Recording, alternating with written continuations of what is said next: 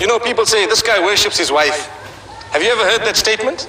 This guy worships his wife. I see a lot of brothers saying yes, you know.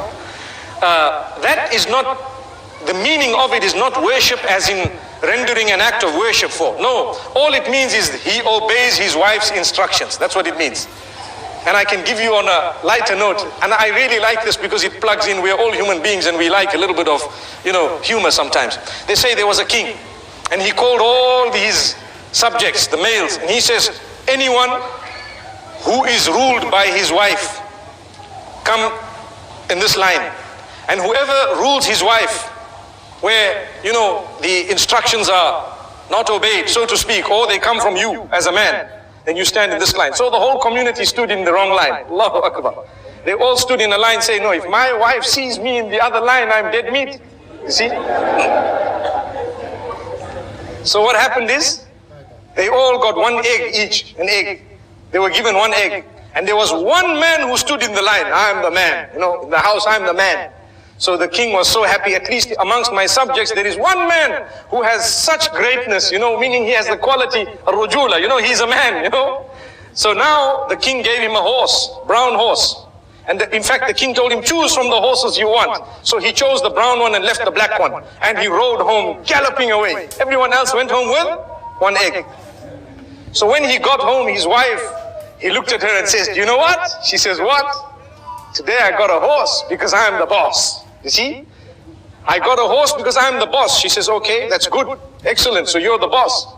So he says, you know, I was told to choose from 3 horses. There was a white one, a black one, and this brown one that I've actually come with. This was the best one. She says, wow, you look great in it. You look great in this horse, but you'd look greater in the black one.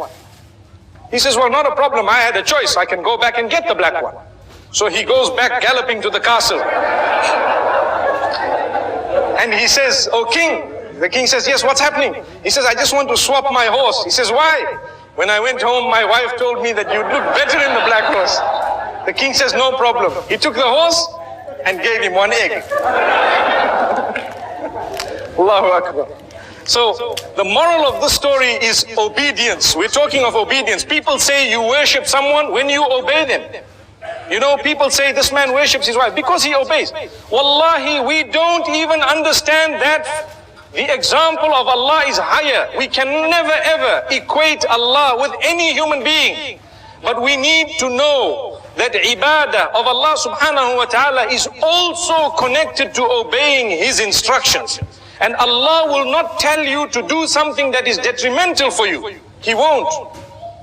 Whatever Allah has instructed you to do, and whatever He has asked you to abstain from, all of that is for your benefit, oh man. Why is it that we want to look at it and think that this is very difficult when, if someone were to tell us to do something that is not beneficial for us, because we love them, we might end up doing it. Why is it that we don't show higher love for Allah subhanahu